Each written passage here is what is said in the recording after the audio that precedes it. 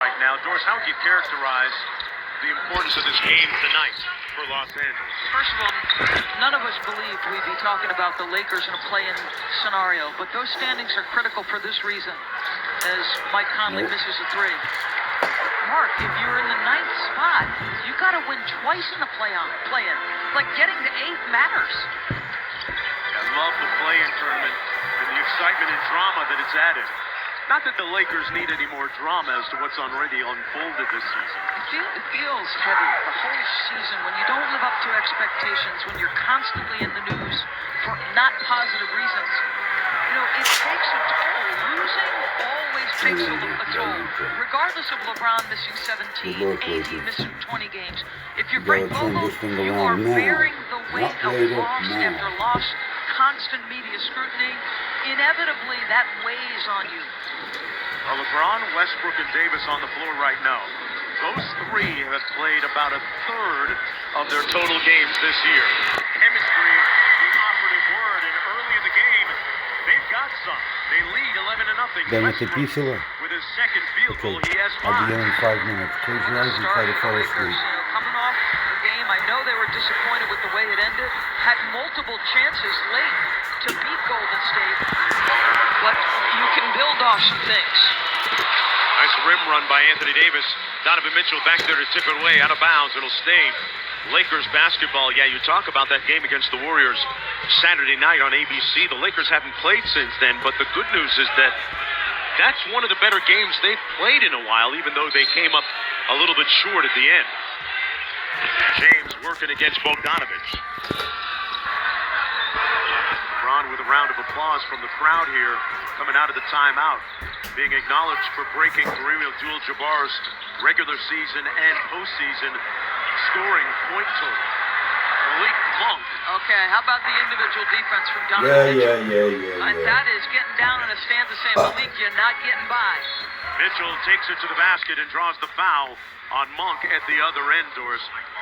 And this is something that Quinn Snyder talked about, the timeout for Donovan, and realizing I miss it, and I've got to contribute by more than just commanding the pick and roll, being that dynamic scorer. I've got to guard, and that, folks, is how you do it. Yeah, he's made a commitment to find that extra gear at the defensive end. Snyder's team 36 up and 21 down coming in. Donovan Mitchell was held well below his scoring average in the earlier meeting between these two teams. Only had 13 points on 6 of 18 from the field. Missed 8 games, was in concussion protocol. And it was interesting as Hassan Whiteside comes into the ballgame for Rudy Gobert. Mitchell took it even more seriously than the protocols would indicate. He told me right around that time that it was the second one that he had suffered in less than 12 months, or so. You know, the urging of him, his own urging, and his mom and his family, they were very deliberate in him coming back to the court. The more concussions you have, obviously, they become more and more dangerous, and especially if they're in close proximity. So being conservative is the right way to handle it. He is the cornerstone of the future for this franchise. James, what a great pass inside. That's something that Coach Snyder talked about, that they would have to be wary of. LeBron is a passer. I know he's at some point, you know, barring the end of his career due to injury, he's going to pass Kareem. It's not even his best skill. Passing is his best skill. LeBron with a tough fadeaway, left it on the front rim.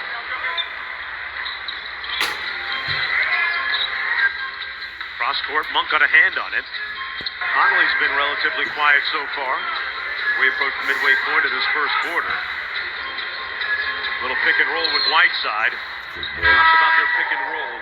That is their bread and butter at the offensive end. No team in the NBA runs more pick and rolls than the Utah Jazz. Doris, nobody scores more efficiently off those plays as well.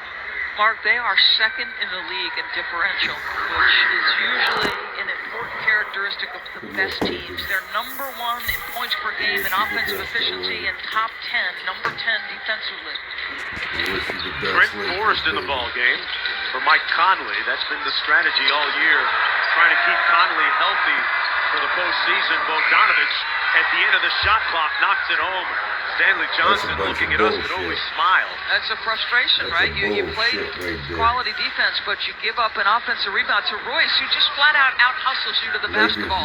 Lakers standing around thinking somebody else is going to get the rebound.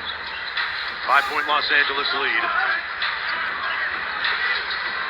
They load up on LeBron James. Davis hits a cutting Stanley Johnson. Tough bucket inside.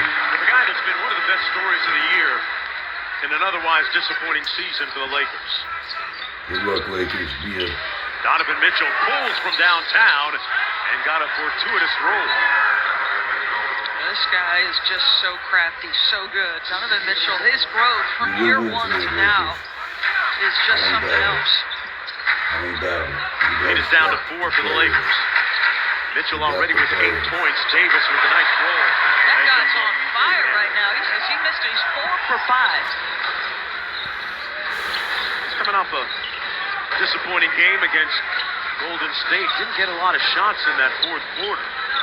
Bogdanovich working against the shorter Malik Monk, gonna try to walk him down. Ain't no fucking foul, man. Get the fuck out of here. Monk. That's his second personal foul. Well, this is the advantage of Bogdanovich, right? This guy is outstanding as a three-point shooter. Oh yeah, that's an easy call. That is an easy call, but this is what you get with Bogdanovich, the ability to invert him. If you like the matchup, he's got great post-up skills. And the consistency of Bojan Bogdanovich, right? This guy, every night, you know exactly what you're going to get from him. Yeah, Quinn Snyder has told me many times before, Doris, said, hey, this guy would play with a broken arm, a broken leg, and a heavily bandaged left finger. I asked him about it before the game. He says, it's not my shooting hand, Mark. It doesn't matter. I love that. Missed the postseason 2 years ago, or less than 2 years ago, 2 seasons ago, with wrist surgery, unable to be with the Jazz down in the bubble, and healthier now and playing well. Got 5 points. Westbrook out front. Finds Davis. Whiteside with a foul, and Anthony Davis going to go to the free throw line for 2 shots. He's really engaged early, Doris. He is. You said it, Mark. Didn't touch it probably nearly enough down the stretch of that Golden State game. So a concerted effort by the group to find him. Keep up the great start. Anthony Davis at the free throw line just 71%. Makes the first. Let's take a look at the upcoming national TV schedule tomorrow on TNT. 8:30, Philadelphia against the Bucks. Friday, the Ruffles NBA All-Star Celebrity Game. Quavo's going to be in it, trying to repeat as MVP. That's 7 p.m. on ESPN, followed by the Rising Stars Challenge on TNT at 9. Saturday, NBA TV, 11 a.m., NBA All-Star Practice. Then on TNT, ESPN, NBA TV at 2. NBA X HBCU Classic starts, rounding off the night. Great night of All-Stars Saturday night with the slam dunk, the three-point shooting contest, the skills competition. We finish All-Star Weekend Sunday, 8 o'clock, the game. For more, check out the app. That was the world's longest promo. And it's going to be a great weekend, as it always is. I was impressed. You didn't take a breath. Donovan Mitchell turned it over. Forrest got it back. Right to Bogdanovich, just the way Snyder drew it up. Right? Almost. They're a dangerous three-point shooting team, and after a very tough start, the Jazz... Stay tuned for more between the Lakers and the Nets right here on the channel. Like and subscribe, please.